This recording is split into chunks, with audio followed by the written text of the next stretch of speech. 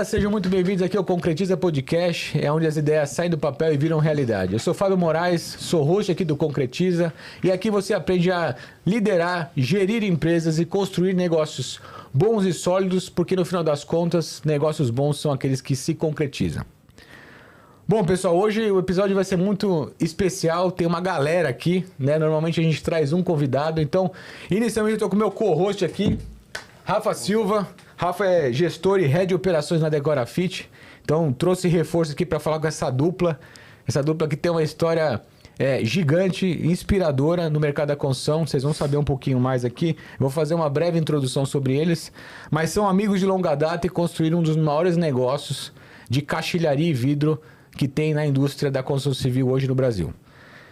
Só para vocês verem quem é que está aqui. Então, eles são primos, cresceram juntos numa família empreendedora, entraram no mercado, poucos apostavam, né, nesse mercado em 2008, né, onde tudo era, cara, realmente mato, né? Inclusive, cara, como essa história começou é muito engraçado e vocês vão contar aqui pra gente. O nome já conta um pouco da história, né? Então a Sunglass vem de Sandron, que é do nome da família, e Glass de vidro. Hoje são duas marcas, a Sunglass Conceito em vidros e a Sunglass Engenharia. Sede em São Paulo e no Rio de Janeiro, 5 mil metros quadrados de área fabril, 300 colaboradores e mais de 25 mil metros quadrados de obras entregues. Eleita a 7ª vez a melhor empresa de ambientes do mercado. Fora do trabalho, um surfa, viaja o mundo, o outro corre ultramaratona. Dois jeitos bastante diferentes de estar sempre no limite. Então, Gustavo e Eduardo Sandron, sejam muito bem-vindos aqui ao Concretiza Podcast. Obrigado, Fabião. Obrigado, Rafa. Obrigado, Edu, também aí. E é isso, obrigado pela introdução. Boa. Obrigado pelo convite aí, Fabião. Prazer aí estar com vocês. E vamos lá, vamos avançar aí. Vai ser um bate-papo bastante interessante aí. Essa troca de conhecimento aí do nosso setor é muito importante. É isso. Cara, antes da gente poder começar o bate-bola aqui, eu queria fazer uma menção a um dos nossos patrocinadores, que é a Minimal Club. Não sei se vocês conhecem. Cara, a Minimal, você que é empreendedor, a Minimal veste o empreendedor brasileiro. Acho que foi a primeira camiseta que eu vi que prestasse nesse mercado.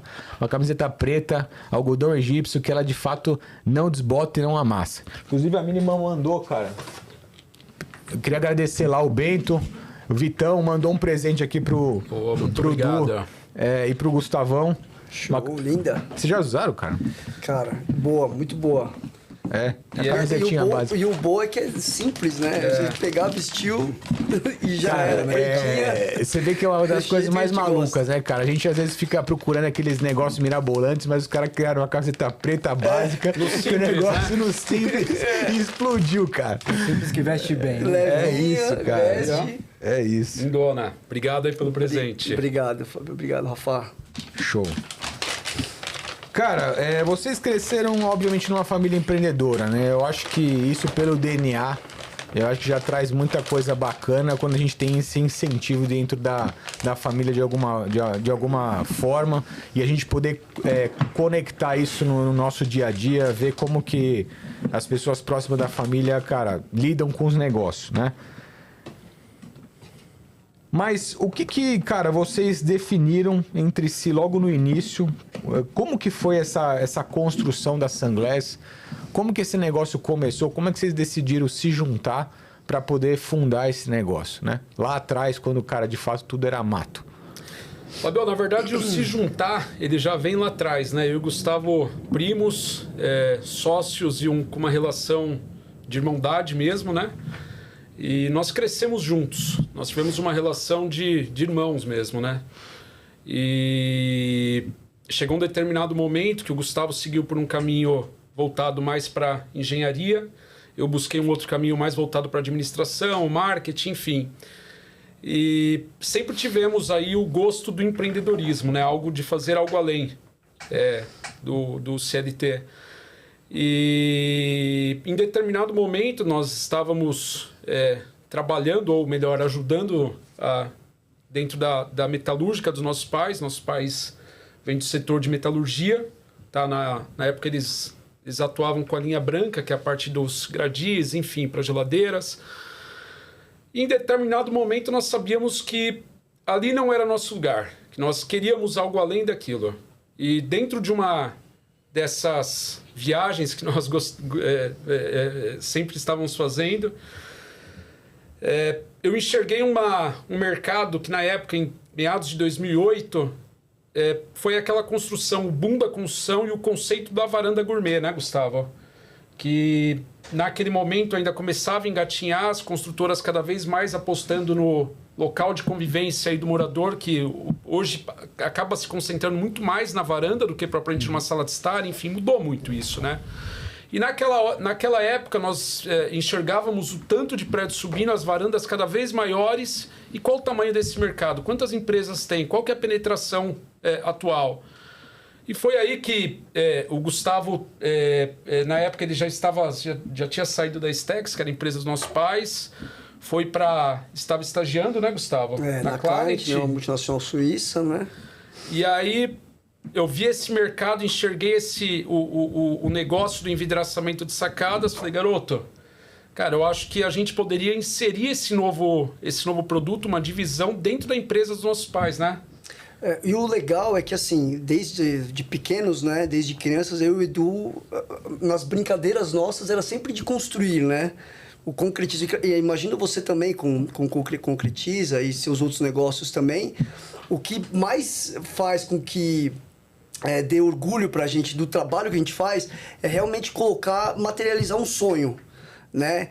Então, o envidraçamento de sacada e os demais complementos que depois viemos agregar na Sunglass é justamente isso. É desde as nossas épocas de criança, ali, nossas brincadeiras de Lego, que a gente brincava muito de Lego, né? Muito. De montagem e tal. Pô, tinha um sonho ali, as pecinhas e os bloquinhos, e dali, né, criava-se... Transformava o bloco, né? Transformava em N coisas, né? Às vezes muito abstratas ali pela forma nossa de montar, e outras bem legais ali, né? E é o que hoje a gente executa, hoje a gente instala sonhos, né? E naquele momento, quando a gente enxergou esse mercado, a nossa ideia ainda muito jovens, né? Isso daí há 18 anos atrás, a ideia inicial era implantar esse novo projeto dentro da empresa dos nossos pais. Só que naquele momento, meu pai na casa dos seus 58, 60 anos, o pai do Gustavo também, falou, eu não quero mais dor de cabeça, ainda mais lidar com o cliente final. Italiano mais turrão. Ele falou, nós vamos dar todo o apoio que vocês precisarem, né? Pegamos ali uns 5 metros quadrados da garagem da empresa. Eles cederam um espaço mínimo ali para nós, para que a gente pudesse começar o nosso negócio. E é engraçado porque assim, a gente brinca que o nosso negócio ele já começou grande, né?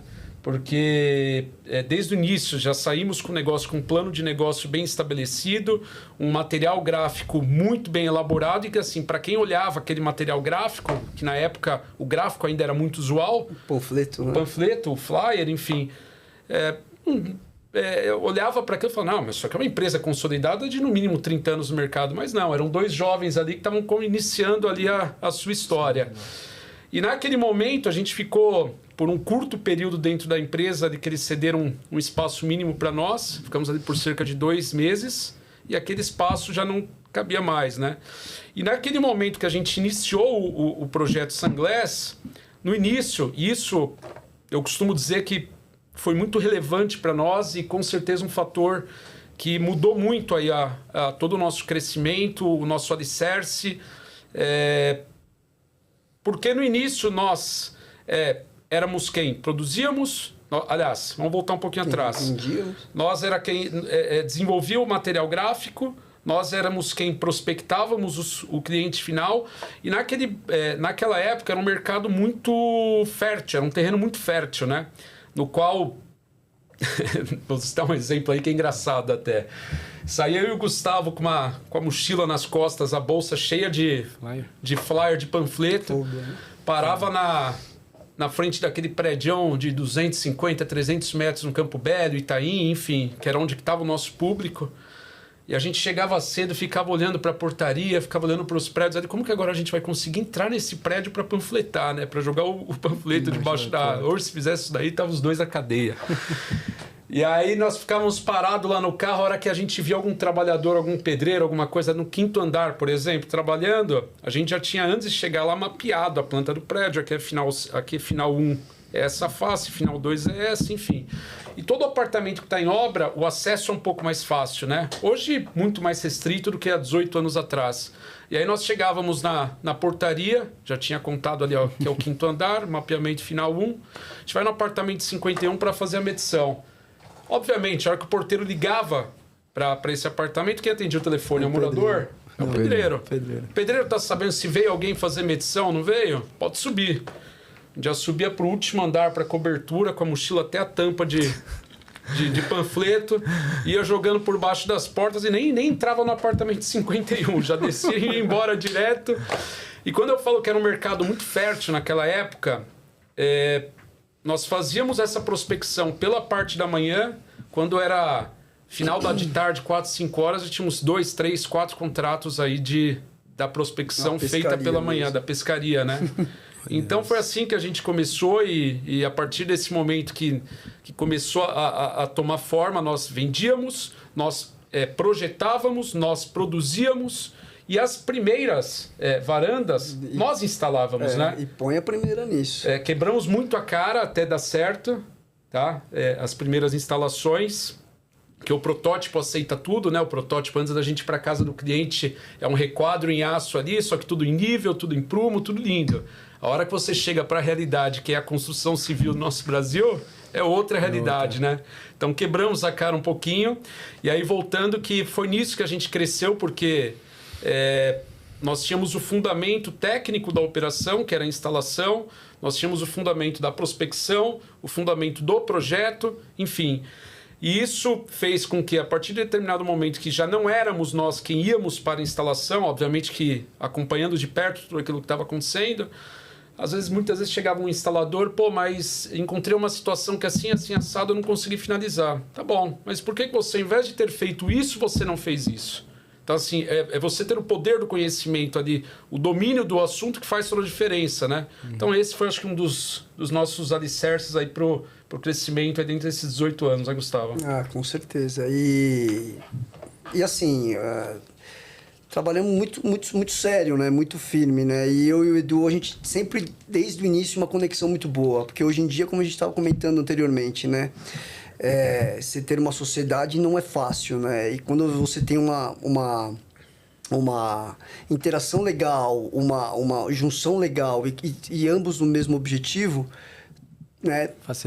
Facilita. E tudo que você faz direito e faz bem pensado, né? Faz com carinho, faz com amor, tende a evoluir. Foi o que a gente fez. Então, estamos até hoje e pretendemos ficar por um bom tempo. Rafa, que coisa louca, né? A gente colocando cartinha embaixo das portas nos apartamentos, os caras 18 anos atrás já fazendo isso. Eu pensei justamente isso quando vocês estavam falando. Nenhum início é fácil, né? Acho que quando a gente escuta aqui os podcasts aqui do Concretiza, a gente percebe isso, né? Então tem muito a cara de pau, né? Então você tá com medo, vai com medo mesmo, né? Então, vocês chegavam lá, paravam na portaria, deixa eu caçar aqui, deixa eu contar. Então, tem perseverança, tem coragem, né? Porque poderia ser expulso do condomínio a qualquer instante. Então, vocês tiveram coragem, foi com medo, tiveram cara de pau de fazer isso. E olha a importância de ter o apoio da família, né? Também. Então, no início... preciso aqui, meus pais não querem e tal, mas, se vocês quiserem, dou todo o suporte, todo o apoio, segue aí, né, tem esse espacinho aqui para vocês, comece, eu dou todo o ajuste, toda a logística. Então, é legal você pegar isso comparado. Sim. Todas as empresas que a gente vê de sucesso, tem muito sobre isso. A primeira vez não vai acertar. Vocês falaram, eu tenho todo conhecimento técnico, eu sei projetar, sei desenvolver, mas chegou lá na primeira que a gente foi fazer... Não foi fácil, deu erro, quebrou a cara e vai conversar com o cliente, calma, eu vou arrumar, eu vou ajustar. E acho que é isso, toda a empresa que hoje se consolida no mercado, que cresce, que chega no tamanho que a Sanglés está hoje, é justamente isso, perseverança, dedicação, cara de pau, né? De Atitude, fazer né, atitude, sabe? E o foco no cliente, né? De entender, de resolver a dor do cliente. Cara, eu justamente ia perguntar isso para eles, né? Eu falei, cara, eu acho que o primeiro ponto tem muita gente aqui que talvez escuta que é empreendedor de família empreendedora, né? Então, pô, o momento talvez de vocês terem conversa madura com os pais, cara, não quero seguir o caminho da tua empresa, né?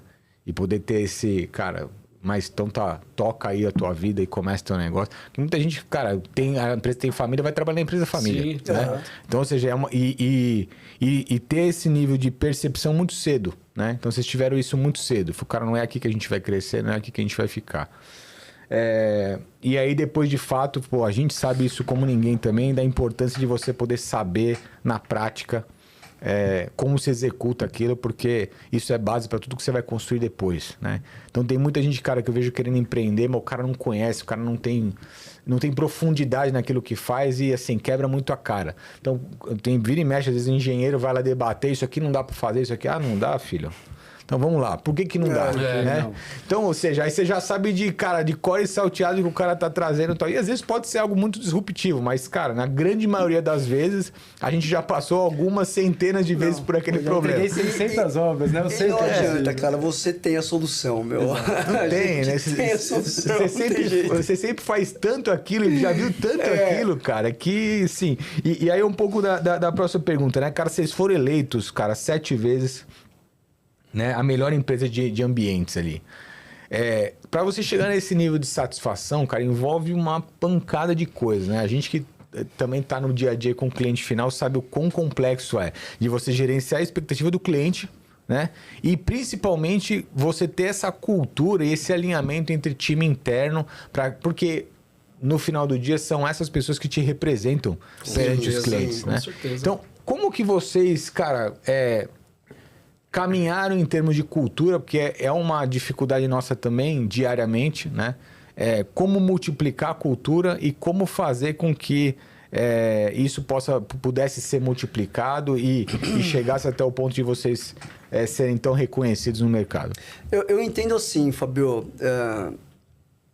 À medida que a gente passou por todos os processos da empresa, desde da venda, do projeto, da execução, da instalação. Então, nós conhecemos o nosso negócio a fundo. Obviamente que temos muito a aprender ainda, né? Sempre temos muito a aprender.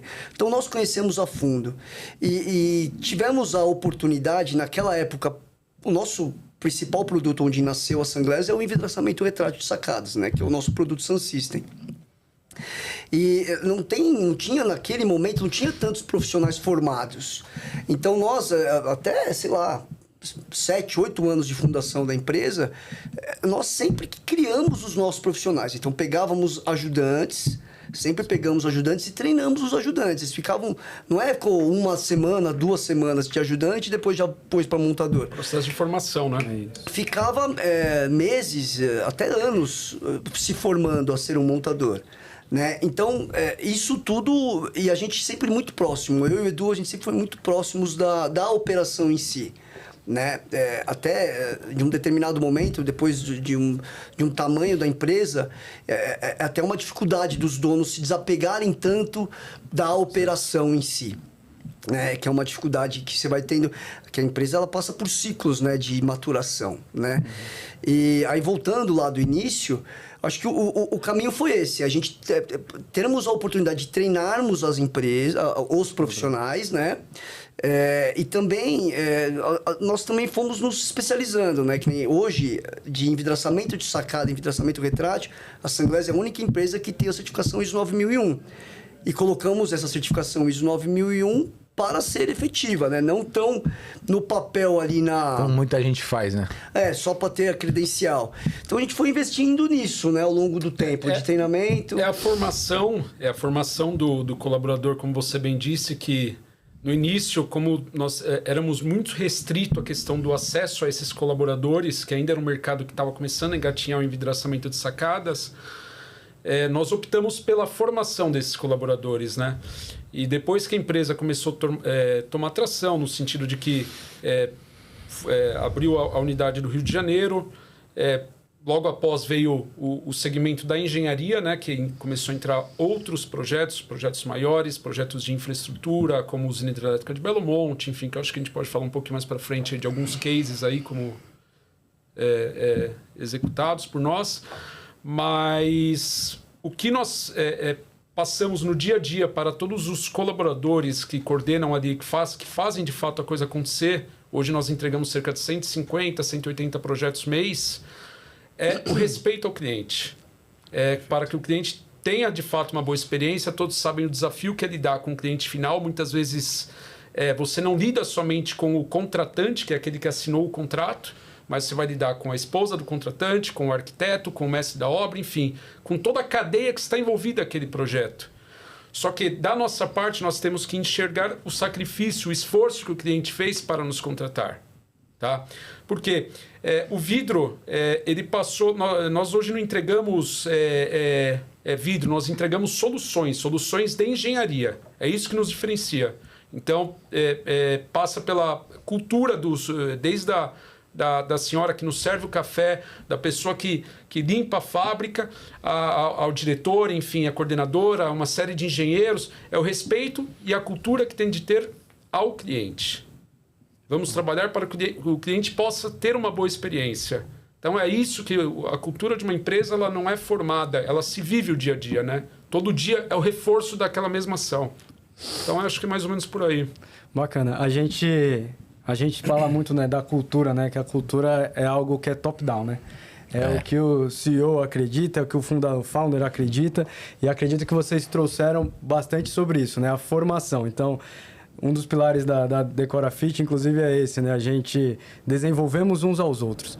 E o nosso pilar é isso. Então, o que os fundadores, o Hugo e o Fábio, tinham em mente, que foram passados, por exemplo, que entrei no início da empresa, então... Para os iniciantes, éramos 20 colaboradores, passamos a 30, 40 e cada novo que entrava, a gente ia passando. É assim que tem que ser. Esse é como você bem posicionou, né? O posicionamento, o foco no cliente. Então, como a gente atende o cliente, o respeito que a gente tem, o sacrifício que ele teve para contratar uma reforma conosco. E isso vai sendo passado para o time. Aí você chega justamente a 300 colaboradores, todos com a mesma percepção e a mesma intenção dos fundadores. Lá no início, por mais distante que acontece realmente, a gente venha ficar da operação, a essência, o que importa para os fundadores, todo o time percebe, porque é isso que vocês querem, é isso que vocês desejaram e foi isso que vocês implantaram lá no início dos primeiros colaboradores que entraram para a empresa, né? Então, sim. E nós sabemos que a construção civil, principalmente nesse mercado que é o envidraçamento de sacadas, que hoje é o principal produto ali do B2C, quando nós entramos na obra, o cliente já passou por tudo. Já passou pelo gesso, já passou pelo piso, já passou pela hidráulica, elétrica. Então, assim, o último que fecha a porta é o que toma a bica, né?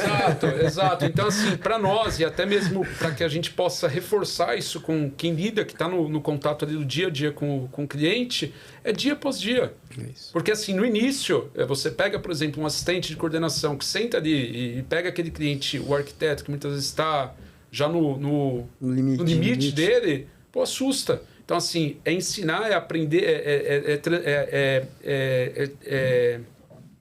repassar esse aprendizado que nós tivemos ao longo desses 18 anos, de que o fundamento nosso é o respeito ao cliente, que ele tenha uma boa experiência, entende?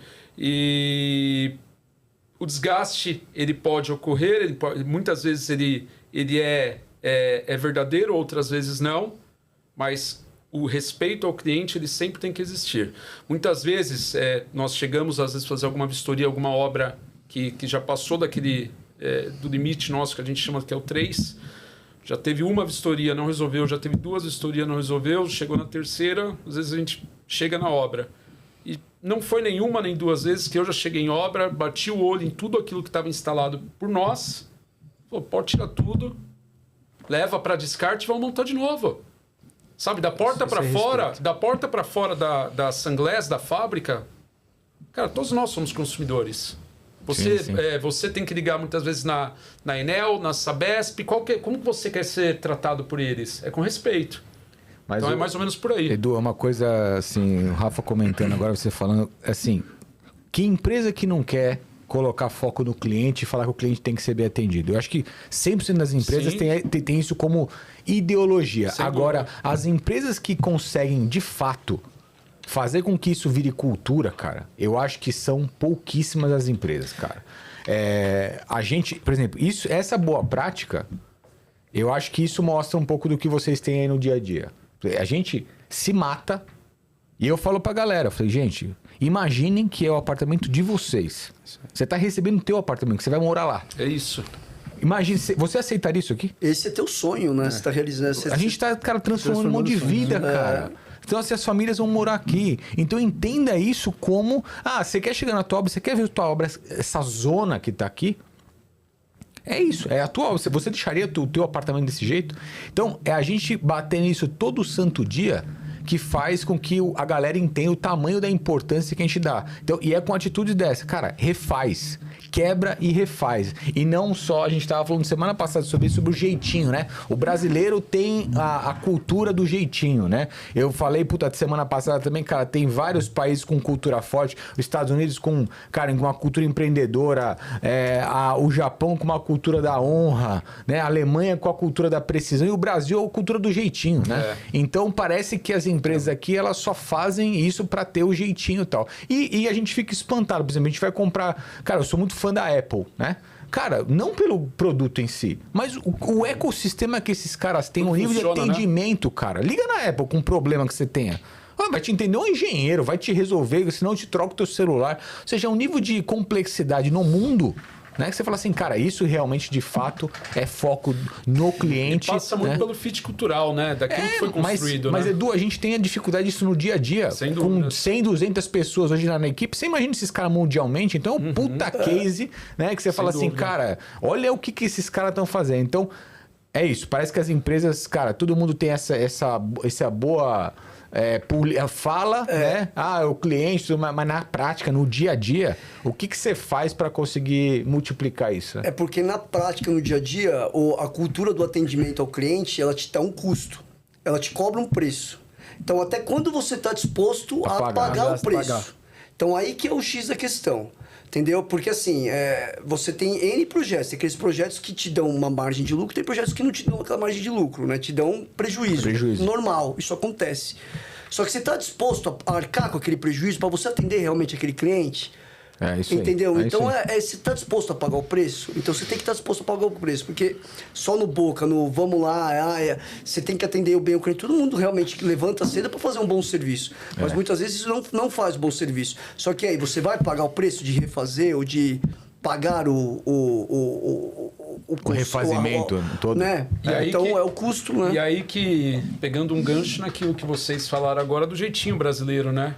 Porque o caminho mais fácil é você chegar para fazer uma vistoria, é você bater o olho, fazer uma gambiarra aqui, dar um outro jeitinho aqui, mas e aí o outro lado da moeda? E quem pagou por esse contrato? Entende? Então, o cara se sente enganado, né? Exato. É o capricho, né? Capricho custa caro. Você fazer bem feito não vai, né? Vai custar um pouquinho a mais, com certeza, você fazer bem feito. Mas vai sair mais barato do que você ter que refazer tudo, né? Então, ter esse zelo de fazer bem feito na primeira vez e se não fizer bem feito, ter a coragem de falar assim, não, eu vou arcar com isso, pode retirar e refazer. A gente obviamente, a gente entrega também, são 25, 30 obras mês a gente fazendo entrega. E tem situações assim também, de o cliente falar, pô, não tá bom, vai lá. Não tá bom, vai lá. E eu vou realmente... Vamos até resolver, eu vou lá resolver. E chegou a esse ponto também, de eu chegar lá e falei assim, num box, arranca e refaz. Não, vai tirar, vai quebrar o azulejo. Refaz o azulejo. Pô, mas tem impermeabilização. Refaz a impermeabilização. Vamos entregar um produto de qualidade. O cliente sofreu para... Como você falou, né? Ele teve sofreu não, mas ele teve um gasto, ele teve um investimento ali no negócio. Então ele tem a expectativa dele para ser atendida. Em algum momento ele abriu mão de alguma coisa. Ele abriu mão de alguma coisa por aquele investimento. De uma viagem, de um carro, enfim. E é o ponto que você trouxe, é o respeito. O respeito ao dinheiro do outro e da porta para fora, todos nós somos consumidores. Exato. Como a gente quer ser tratado. Acredito que esse é um ponto principal. Uma cultura bem sólida, uma empresa que cresce com constância, né? Com com um crescimento firme, é justamente isso. É o foco no cliente, nas entregas que a gente vai fazer e o respeito a ele, né? E respeitar, né? Não distinção a clientes, né? Porque esse cliente pagou mais ou tem um contrato maior e tem um contrato menor. Todo não, mundo é cliente, cara. Para mim, cliente é cliente. João, Paulo e Pedro, lá tem o mesmo nome, entendeu? Exato. Não tem nomes diferentes. Boa. Cara, vamos mudar um pouco o tema aqui.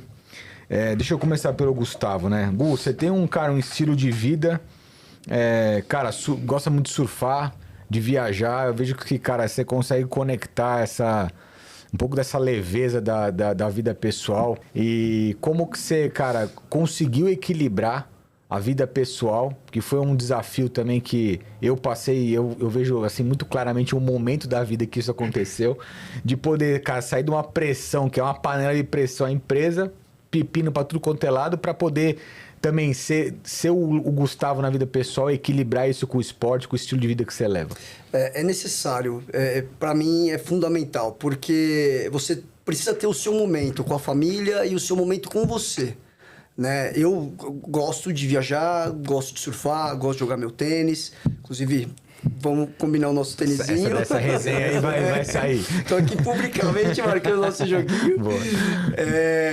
Mas é fundamental, porque é o momento que você consegue realmente sair um pouco daquela panela de pressão e procurar, né, relaxar, procurar curtir, porque você tem o seu pilar, né? É o Gustavo profissional, tem o Gustavo família e tem o Gustavo que tem as necessidades dele, né? Pessoa... física dele, né? Então, é importantíssimo. Então, eu não abro mão da minha viagem, do meu surf, do meu tênis. Faço também exercício logo cedo de manhãzinha. Eu gosto da minha academia de manhã, porque se deixar para tarde eu não vou. Eu sou aquele cara bem diurno. Eu também. Eu acordo cedo para dormir. Durmo cedo para acordar cedo. E é o que eu adoro fazer. Então, eu funciono de manhã. De noite, eu não funciono.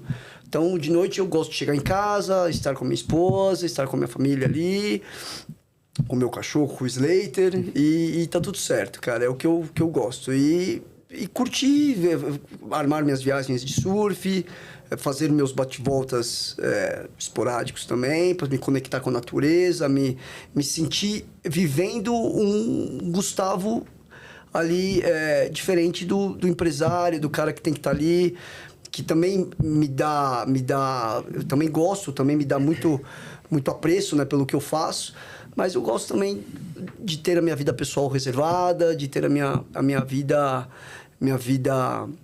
curtir minha vida, né? Uma referência minha é meu pai, né? Meu pai, ele sempre teve uma vida de muito trabalho, era bancário, e depois, junto com o meu tio, né, que é o pai do Eduardo, o seu Moacir, e o Walter montaram a Stex. Só que eles eram 24 horas metalurgia, 24 horas empresa. Era o jeito dele viver a vida. Poxa, infelizmente perdi meu pai com um câncer de esôfago com 62 anos. Pô, viajou pouco, não curtiu tanto, entendeu? Pô, será que é o caminho que eu quero para minha vida? Não, eu preciso, é necessário, é fundamental que eu tenha o meu equilíbrio. E eu prezo muito por isso. Boa. O Edu Edu, você já levou a vida pessoal pelo esporte de alto rendimento aí. Como é que você trata também, cara? Eu lembro claramente do Gu, assim, com essa leveza entre a vida pessoal, assim, de uma maneira mais clara, assim. O Edu, eu não lembro tanto se já era essa questão do esporte de alto rendimento, algo tão notório assim na tua vida. Como é que você encontrou esse equilíbrio também, cara? Na verdade, qualquer esporte que seja uma maratona, que você vai correr 42 quilômetros, ou uma ultramaratona, que você vai passar de 70, de 100 quilômetros, enfim. A nossa vida é assim, né? Eu costumo comparar uma longa prova com a nossa vida. Ela é de altos e baixos. Então, você corre até o quilômetro 10, até o quilômetro 15 em determinado pace. No 15 você sente alguma coisinha e vai caindo. Cara, quando você está no quilômetro 35, a vontade de desistir, a cabeça tentando te sabotar. E a nossa vida é assim, né? Desde a vida nossa pessoal ao trabalho. Então, assim, esse tipo de prova, ela me conecta muito no meu eu. Além de provas, enfim, eu sou romeiro, peregrino, Eu faço minhas romarias, já fazem 9 anos que eu vou a pé andando até Aparecida do Norte. Isso aqui acabou de ir e voltar também. E olha só que legal. Que legal. Foi e voltou para a empresa. Que legal, que legal. Mas é justamente essa correlação. Desculpa até te cortar. Imagina. Agora. Eu também sou peregrino, tem 2 anos. E que eu faço... são 200, né? Eu faço a rota da Rota da Luz, você isso. faz pro Mogi. Isso. E é justamente esses altos e baixos. Eu comentei com o Fábio quando eu estava indo, eu falei... ele falou, pô, mas a primeira eu tinha um motivo específico, né? Era um agradecimento particular. Sim. E aí no segundo ele, mas né, você vai novamente... Aí eu falei, a gente aprende muito, né? Eu falei, cara, não é nem por agradecimento, nem para pedir nada. Eu tô indo porque... do meu ano passado foi uma das melhores semanas que eu tive, que é um momento de reconexão, né? De você vivencia as fases da vida, né? O início você está extremamente empolgado, nos primeiros dias, no caminho você começa a falar, caramba, né? Ainda falta 5 dias, ainda falta 4 dias. Vai ser moleza no começo. Aí começa a ficar... no começo tá mais fácil, no caminho começa a ficar mais difícil. Você, já tá com algumas dores, algumas bolhas, de repente.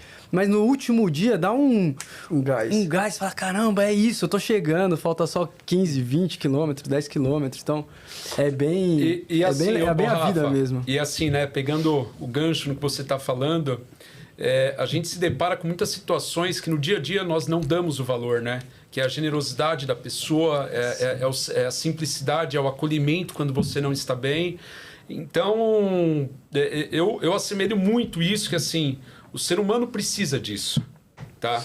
Seja numa prova de endurance, numa ultramaratona ou numa maratona, ou no próprio surf, no tênis, enfim... nós precisamos desse momento. Embora a cabeça do empresário, o celular do empresário, o chip é um só, né? Ele está sempre ativo, né? Então, às vezes, até minha esposa briga comigo e fala, pô, mas não vai desligar esse celular? Como é que desliga? Eu não sou aquela pessoa que eu espero acumular para depois começar a responder. Começa a me incomodar, Então, tudo aquilo que vai surgindo, a gente procura delegar aquilo que a gente pode, aquilo que a gente tem que resolver, encarar e já resolver na hora.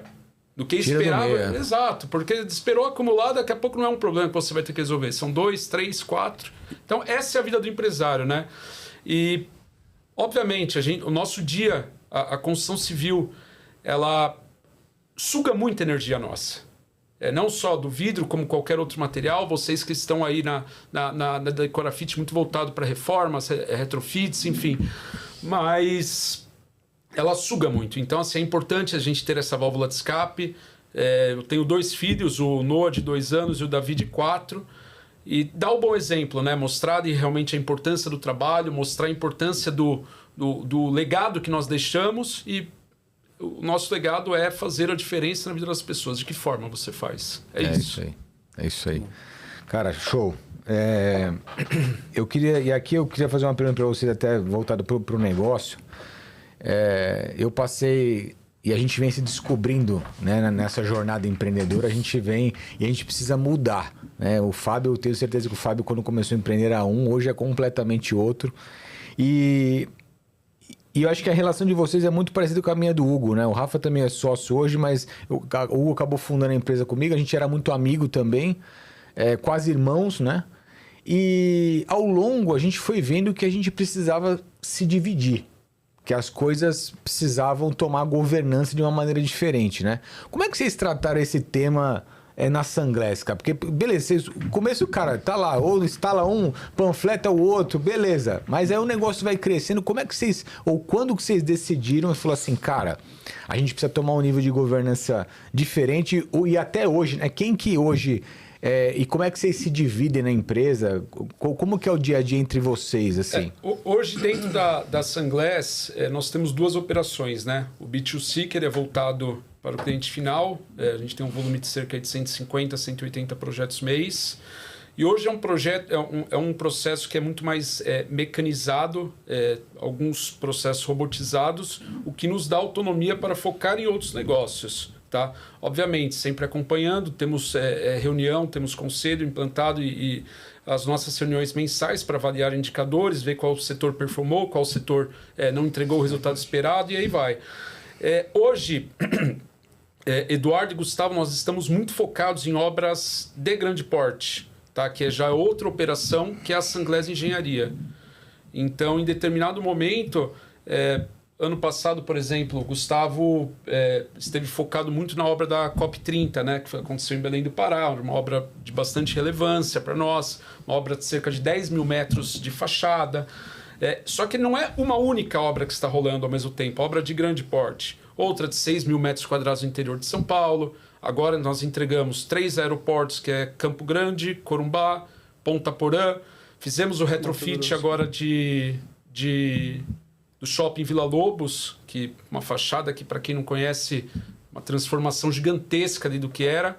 Inclusive, essa obra hoje concorre como um dos retrofits do ano, pela transformação. Então, esse tipo de projeto requer um acompanhamento muito de perto. Embora temos o time de engenharia que nos apoiam muitas vezes em campo, só que quem contrata esse tipo de obra com ticket bastante elevado, obras de 8, 10, 12, 15 milhões, ele não quer o contato com o teu engenheiro. Ele quer o contato com você. Ele quer o contato com o dono. É você quem vai responder a ele. Então, hoje, nós nos separamos por alguns blocos de obras que estão em andamento, e assim nós nos dividimos. E, obviamente, as questões que demandam, que vêm do B2C, nós tratamos em comitê, nós tratamos em reunião de indicadores, e, obviamente, sempre orientando e delegando aí para...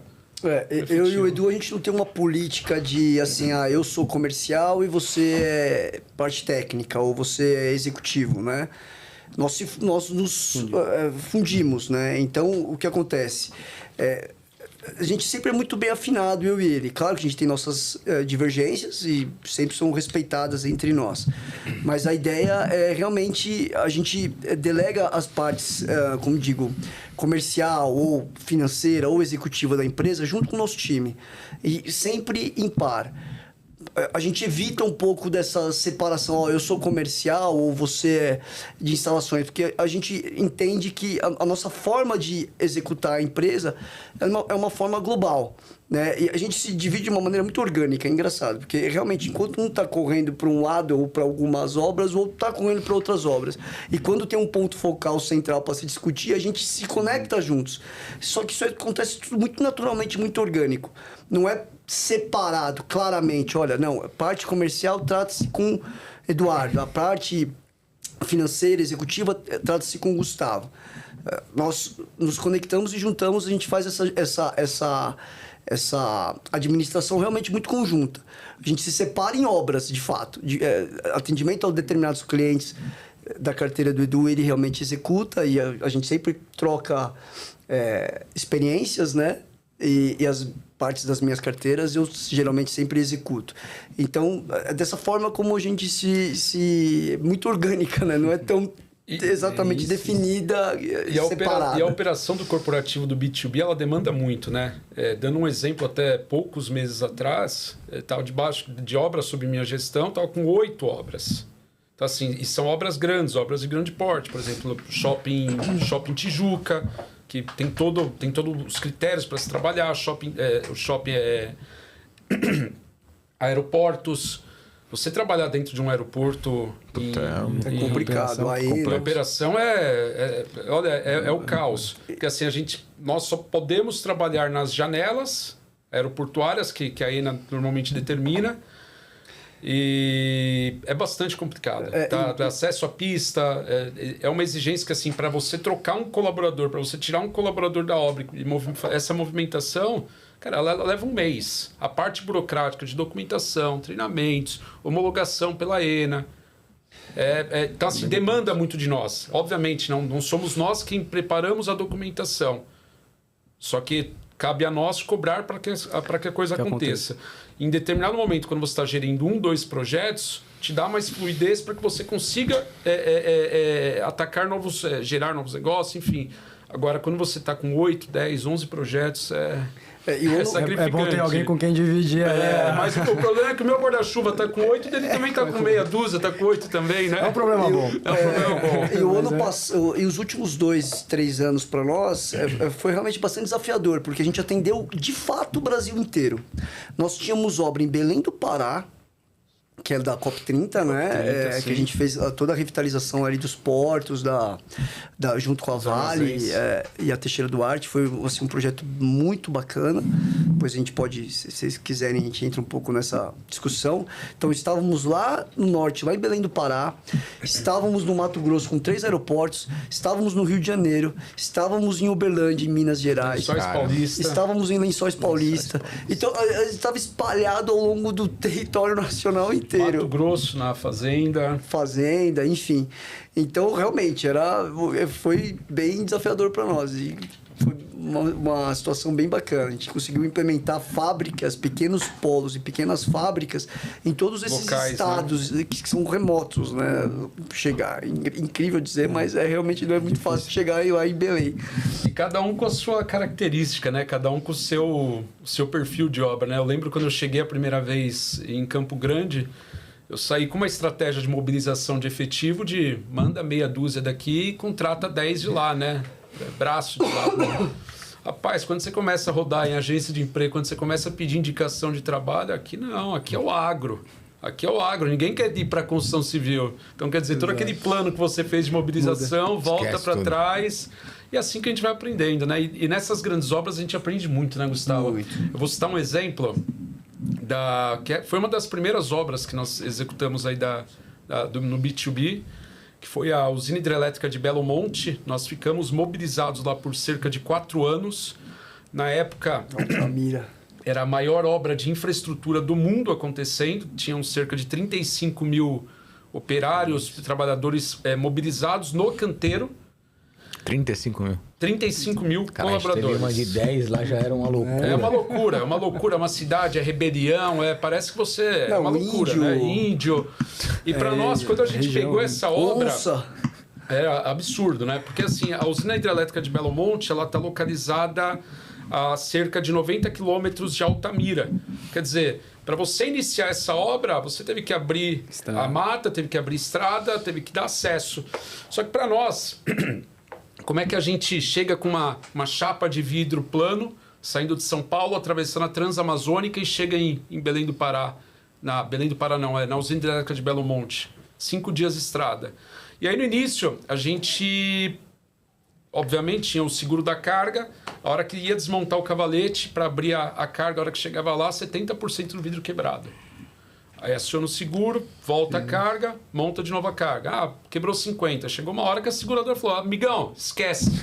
Procura outra seguradora aí que aqui não tem mais. E não há embalagem que aguente uma Transamazônica. E aí como é que a gente faz para chegar com o vidro passando por uma Transamazônica? Muda completamente a estratégia. Cara, o caminhão chega até Belém do Pará, embarca numa balsa. Na balsa circula ali por cerca de 5 dias pelo rio até chegar de fato... na boca ali da usina. Então, assim, para nós aprendemos muito com isso, né? Nós crescemos, esses desafios para nós foi muito importante. Imagina, cara, não tem como não crescer, né, cara? São tantos desafios, né? Um desafio de um tamanho que, cara, realmente é...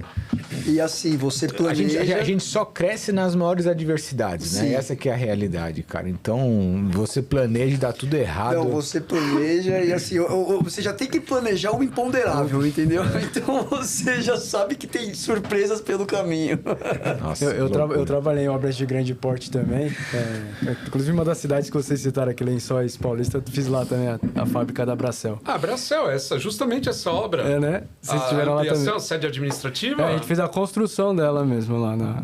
Não a Luarte, a Bracel, quando foi o início dela, eu trabalhei lá na construção da Bracel. Agora, vocês fizeram uma sede administrativa ali maravilhosa. Eu saí antes da sede administrativa. A gente fez todo o fechamento ali. Pela ITS Informov, nós entramos ali toda a parte de fachada, guarda-corpo, enfim, uma obra muito boa, de 6 mil metros. E na época da construção dessa fábrica, a gente tava... Foram 12 mil homens que mobilizou ali a cidade. E as dores que você comentou. Então, quando a gente foi buscar mão de obra, tinha esse problema, né? Na época da lavoura, da safra. Esquece. Exato. Não tinha. Não, porque a galera trabalha na cana lá. Então, assim, não tem mão de obra. O espaço também, onde você coloca esses colaboradores? Então, você tinha que ter uma logística de não montar o canteiro, mas montar o alojamento dos colaboradores. Então, assim, é tanta tantos imprevistos, né? Tanta coisa que você precisa movimentar e você vai se desenvolver. A parte de documentação da operação é simples também, né? Super simples. Então, assim, então, toda essa logística é bem interessante quando você entra nesses projetos B2B de grande porte, o quanto você precisa se antever dos problemas, né? E mesmo você se antevendo e precavendo muita coisa tudo, errada. Vai dar muita coisa errada. E aí a gente volta lá ao início do nosso debate aqui. O quanto você está disposto a investir nisso aí. Eu quero crescer, eu vou correr esse risco, porque eu aprendendo nesse primeiro, os erros, né? Os obstáculos me fazem crescer. Então eu vou pegar um segundo, vou pegar um terceiro. Vão aparecer novos no segundo. Né? E outros novos no terceiro. Você já fica cascudo, isso mas que é você fica mais cascudo, fica mais... Não fácil de resolver, mas você pelo menos já sabe, eu vou resolver, né? Então acho que... Na construção civil, como de um modo geral, eu costumo dizer que assim, problema toda empresa tem. E a Sunglaz não é diferente. Hoje nós temos aí cerca de 25 mil projetos atendidos e temos problema como qualquer outra empresa. O que muda, o que difere uma empresa da outra é como você resolve o problema. Sem dúvida. Então, assim, apareceu o problema, é aquilo que eu levo para minha vida pessoal. Eu não consigo colocar a cabeça no travesseiro e deixar para amanhã eu resolver ele. Então, assim, muitas vezes, a partir do momento que nosso time consegue entender qual que é o nosso fit cultural que a gente tenta pregar dentro dessa empresa, a coisa tende a fluir. Entende? É dar respeito ao cliente. Apareceu o problema, vamos resolver, custe o que custar. Já teve muitas obras aí, aliás, todo mês tem elas que você vende o previsto e o realizado, e muitas vezes o realizado termina em margem negativa. Vai fazer o quê? A culpa é de quem? A culpa é do cliente ou a ineficiência é nossa? É nossa. Sim. Eu falo pro time, né? Usa a regra dos 3, ainda bem que, né? Então, teve um problema. Ainda bem que eu tenho cliente, porque se eu não tivesse cliente eu não teria esse problema. Ainda bem que eu sei resolver esse problema. Ainda bem que eu tenho condições de resolver esse problema. Então, você tira o foco do problema, você coloca o foco na solução. Isso que é importante. Então, acho que esse é o ponto. Porque se você não tem cliente, nada adianta. Então, se eu tô com esse problema, ainda bem que eu sei resolver, que eu tenho condições, que eu tenho cliente. E você quer pagar imposto, né? Ainda bem que tem imposto. Senão... Se é alto, ok, é alto. Não vamos falar que não entra no conta, né? Se é alto ou baixo, mas... tem pra pagar, né? O que você quer ver deixar o cliente ainda mais nervoso numa situação como essa é a justificativa, né? Então, sempre que aparece um caso crítico, até a nossa apresentação, a forma como a gente aborda esse cliente, primeiro, pedir desculpa se de fato reconhece o erro que nós erramos nesse caso, ir direto para a solução. Não explicar, que é porque aconteceu isso. Não, a gente cansou de história triste. Vamos para a parte objetiva e resolver o problema. Ponto. Tudo tem um porquê, né? Então, obviamente, se tem um problema, tem um porquê. Mas o cliente não quer saber o porquê, né? Ele quer como você vai resolver. Se você não resolve, cara, esse negócio, o problema começa a ficar maior, né, cara? E aí, ou seja, tem que eliminar pela raiz, cara. Gente, vamos caminhar aqui para as partes finais. Olhando um pouco, cara, do que vocês têm hoje, né? Não sei o que vocês podem abrir de big numbers aí, né? Em termos de volume de projeto, o volume de faturamento da Sunglaz hoje, e o que vocês estão olhando aí para os próximos anos como o crescimento da companhia? Como é que vocês veem a empresa e os próximos anos aí para frente? Dado, cara, tantas coisas que vocês fizeram, né? E ao longo desses últimos anos aí, à frente do negócio. A gente fechou o ano passado com faturamento... A gente sempre vem aumentando o nosso faturamento, né? Então, estamos sempre crescendo ali entre 13% a 17%, né? Muito forte. Que é um número bom. E a ideia é projetar os seus 15% a 17% para esse ano, né? Que a gente já passou, na verdade, meio ano. Então, estamos caminhando para isso, né? E a nossa intenção é expandir. Nossa intenção é criar novas unidades de negócio, né, no Brasil inteiro. Então, ter mais nichos de negócio na região sul, né, na própria região de São Paulo, mais para o interior, Ribeirão Preto, talvez explorar também um pouquinho mais da América do Sul, né? Então, esses são os nossos objetivos aí de médio e longo prazo. Legal. Mas vocês pensam em abrir ampliar o leque de produto e serviço? Como é que vocês olham esse dentro no nicho? Que, cara, hoje alumínio, cara, tem tanta oportunidade, né, cara? O mercado ele segue por uma tendência de vidros, né? E não somente o vidro por só. O vidro ele saiu de um elemento de acabamento, um revestimento, para se tornar uma das fases principais no processo construtivo da edificação, né? Então, hoje nós vemos um cenário de que as construtoras, os clientes estão cada vez mais exigentes e, obviamente, nós temos que sim reinventar, buscar novas tendências, né? Até um dos objetivos agora que nós voltamos da China no mês passado, passamos um mês lá, foi buscar novas tendências, né? A gente sai daquele... Da época que falávamos que a China sai da China para buscar novas tendências. Roda o mundo para buscar novas tendências.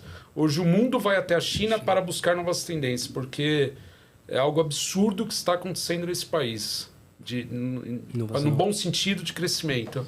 Então, sim, estamos trazendo novas linhas de produtos, estamos mudando o nosso Parque Fabril agora, dentro dos próximos 2 meses estamos de mudança, estamos indo para a região agora de Alphaville, ali na Castelo Branco, teremos um showroom incrível por lá, um Parque Fabril ali de cerca de, somente para área de corte de vidros, teremos ali cerca de 3 mil metros quadrados somente para o corte de vidro. Então, estamos verticalizando a indústria também, trazendo equipamentos para corte de vidro, lapidação, centros de usinagem de última geração, justamente para entregar isso aí ao consumidor final e para as construtoras, né?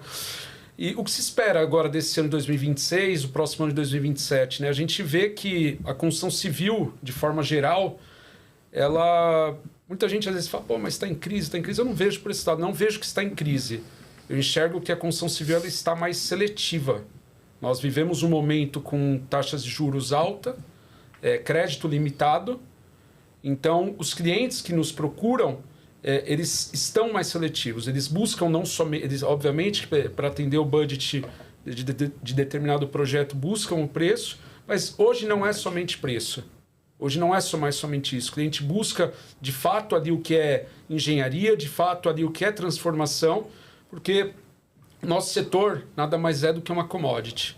O que muda da página material para a instalação é toda a engenharia aplicada por trás. Então, é um bom projeto, é a especificação correta do material que a gente vê muito absurdo hoje no mercado. E é isso. E buscar aí as novas tendências, a gente vê que hoje as fachadas elas estão cada vez mais buscando performance, padrões LEEDs de entrega, que te entregam sustentabilidade. Então hoje, se você senta frente a frente a uma construtora para você tratar uma negociação de uma fachada, não é somente o preço. Qual a tecnologia que está empregada? Qual a vida útil desse projeto? Qual é o valor agregado que vai colocar no imóvel? Quanto eu vou economizar de energia investindo a mais nesse vidro, né? Então, é isso que a gente acredita aí para esse ano de 2026, 2027, de que é um mercado, a construção civil é um mercado hoje mais seletivo, dada a alta de juros, e esperamos continuar num crescimento forte, como estamos vindo aí dos últimos 3 anos aí com um crescimento médio aí de cerca de 15% a 17%. Esse ano estamos um pouco mais cautelosos, a gente projeta 12% aí de crescimento, e dentro desse primeiro semestre, aquilo que foi previsto, conseguimos realizar. Legal. Muito bom, gente, muito bom. Parabéns aí pela história, né? E a gente sabe o quão difícil, cara, é crescer no nosso país e crescer com performance, né, cara? Não adianta número por número, cara, é só um indicador de, muitas vezes é ego, né? Mas a gente crescer, ver que o negócio tá saudável, com performance, entregando bons resultados. Então, sim, parabéns pela jornada. Eu queria fazer mais uma menção a um outro patrocinador aqui, que é a Dalmobile. Inclusive, trouxe uma lembrança também para vocês aí. Legal. A Dalmobile, cara, 49 anos de história. A Dalmobile é uma das marcas de móveis planejados, cara, que nasceu em Bento Gonçalves com uma inspiração italiana.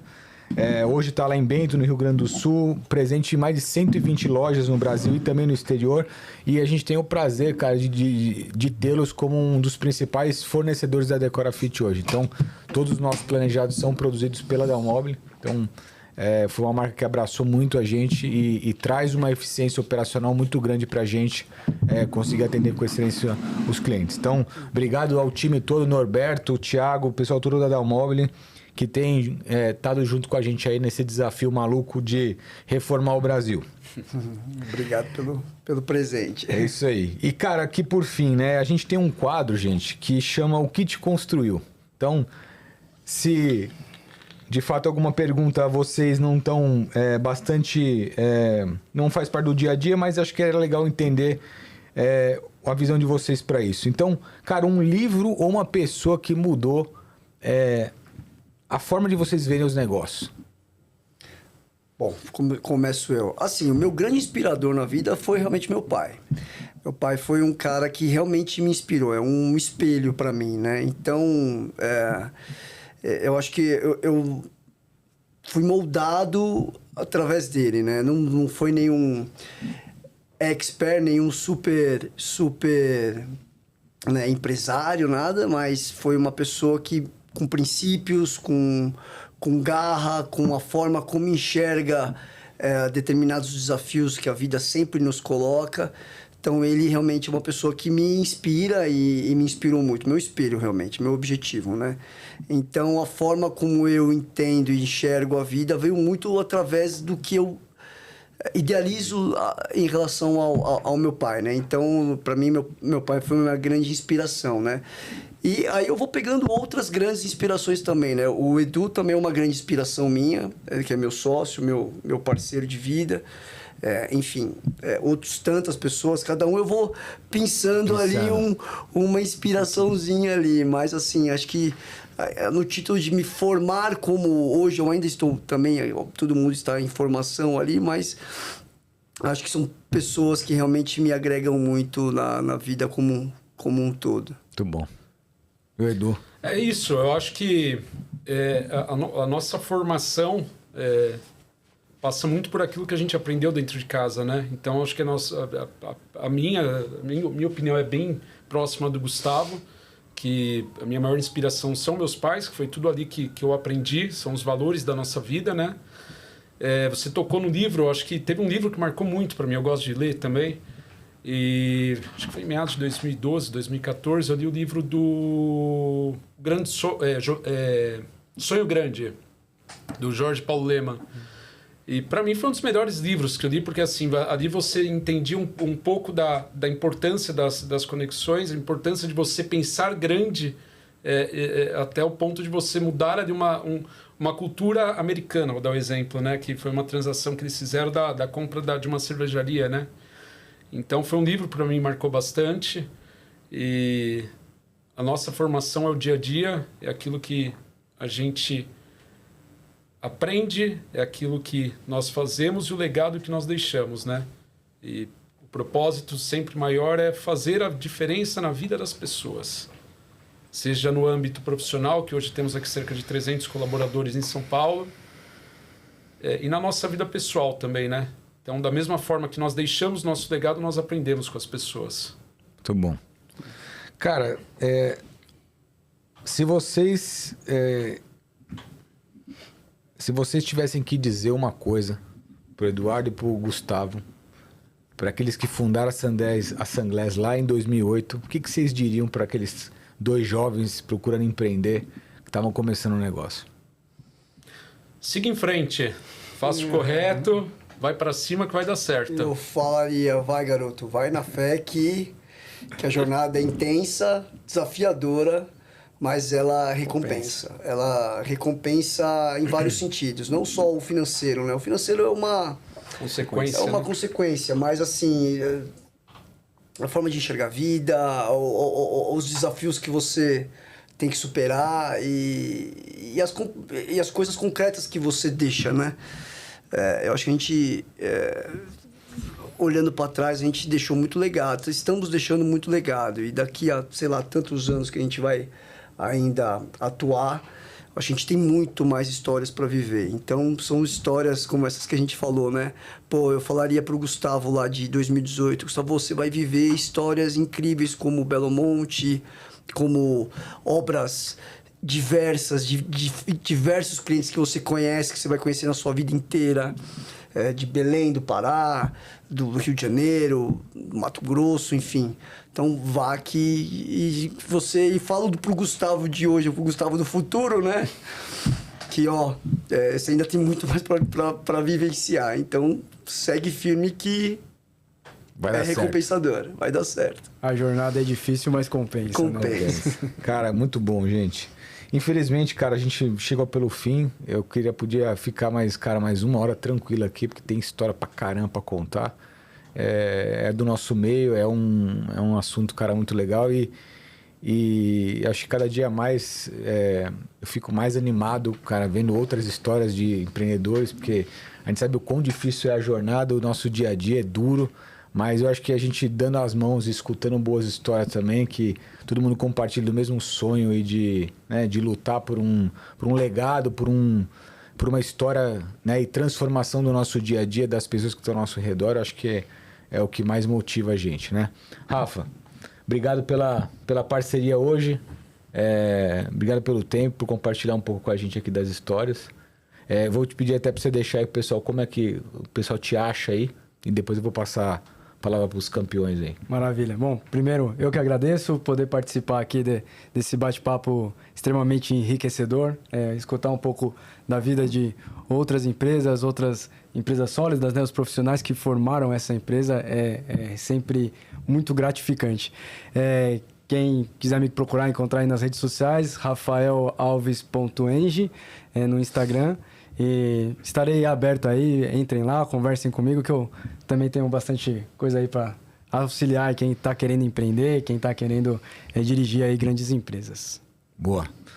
Gente, mais uma vez, Edu, Gu, obrigado pelo tempo. Eu sei, cara, bem como é a agenda complexa do dia a dia. Se vocês puderem vir lá de Alphaville, cara, para poder tá aqui batendo um papo, compartilhando a história. Eu sei também que vocês não vão em muitos canais aí para compartilhar da história, mas eu acho que, pô, é muito bom escutar vocês aí, ver um pouquinho mais. Tem muita coisa que, cara, mesmo a gente se conhecendo há bastante tempo, eu não sonhava em saber. Por exemplo, Belo Monte mesmo, nem sonhava numa história dessa. Então, cara, obrigado por compartilhar isso aqui com a audiência, se puderem ceder um pouco do tempo para estar aqui com a gente. Fábio, Rafa, primeiro, Rafa, né? Prazer te conhecer, não te conhecia pessoalmente, então um prazer, legal, vamos voltar a ter muito mais contatos. E, Fabião, quero te agradecer por estar aqui, pra gente é uma honra estar aqui. Até estava comentando com o Léo lá fora, né, antes da gente ter esse bate-papo, que, cara, pra mim, realmente, eu te acompanhando agora é uma grande surpresa, porque eu te conheço já há um tempinho atrás, e sei, assim como eu, quão low profile você é, né? Assim, nunca se expôs tanto, né? Então, essa mudança de mindset, ali, essa mudança de chave, para você estar nesse projeto aqui da Concretiza, acho que assim, é incrível, uma mudança realmente de forma de chegar, de se expressar. Então, parabéns aí por você e por todo o seu time, pelo Léo, pelo Rafa e por todos os outros também. Desejo sucesso, longa vida no canal aqui e em todos os outros empreendimentos que você faz, que vocês participam, tá? E é isso aí. Obrigado, Edu, também. Como é que a galera te acha aí, cara? Você tem seu... Eu tenho meu Instagram, @GustavoSandron, mas é bem particular, né? E das empresas é o @Sunglass_BR, né? E o outro é o que é o ligado à pessoa física, né? E o outro é o @Sunglass Engenharia, que é da parte da Sunglass Engenharia, que são as obras maiores que a gente vai ter histórias ali da Belo Monte, e outras tantas ali que a gente pode checar lá. Show. Isso aí, Rafa, Fábio, parabéns aí pelo excelente trabalho que vocês vêm fazendo. Nós agradecemos muito aí pela oportunidade de estarmos aqui nessa manhã incrível e trocando experiência com vocês. E foi uma honra participar desse bate-papo. E mais uma vez reforço aí o excelente trabalho que vocês vêm fazendo e desejo vida longa ao canal. Legal. E aqueles que quiserem me acompanhar, eu estou como @EduSandron, Sandro com N de navio no final, e os canais da empresa @Sunglass_BR e Sunglass Engenharia. Muito obrigado a todos, pessoal. Boa, Edu. Cara, e também agradecer, cara, a parceria, né? A gente, enfim, começou a trabalhar junto, né? Eu acho que a gente ainda vai fazer muita coisa junto, cara, nesse nosso processo, nesse nosso sonho grande e maluco de poder levar esse nível de serviço de reforma para o Brasil, né? Eu acho que São Paulo, obviamente, é o polo, é onde as coisas nascem, onde as coisas acontecem, mas tem muita oportunidade Brasil afora. Então, a gente tem a missão de transformar esse setor. Então, com certeza, a gente vai contar muito com vocês aí nessa nessa jornada nos próximos anos, cara. E vai ser um prazer. O nosso sucesso o sucesso ele é compartilhado. Compartilhado. Isso aí. E, gente, obrigado por vocês estarem aqui, acompanharem mais um episódio aqui do Concretiza. Eu não podia deixar de citar a nossa patrocinadora master, que é a Decorafit. Então, se você quer reformar o seu apartamento sem dor de cabeça, conheça a Decorafit lá no www.decorafit.com.br ou no Decorafit_BR no Instagram. Lá a gente posta conteúdos diários sobre vários insights sobre o mercado de interiores e reformas. Então, muita coisa legal por lá. A Decorafit atua desde o projeto 3D até a entrega do seu apartamento decorado em prazo recorde, pagando multa diária por atraso. Então, se você não quer ter dor de cabeça ao reformar, consulte-nos. E vocês me encontram lá no Instagram, no Fábio G. Moraes. Eu também trago conteúdo diário sobre o mercado de reformas e também o mercado imobiliário. No LinkedIn também, um conteúdo mais voltado para o mercado corporativo. Eu espero que vocês tenham gostado. A gente vai se ver no próximo episódio. Um abraço. Valeu, gente. Um abraço. Valeu, pessoal.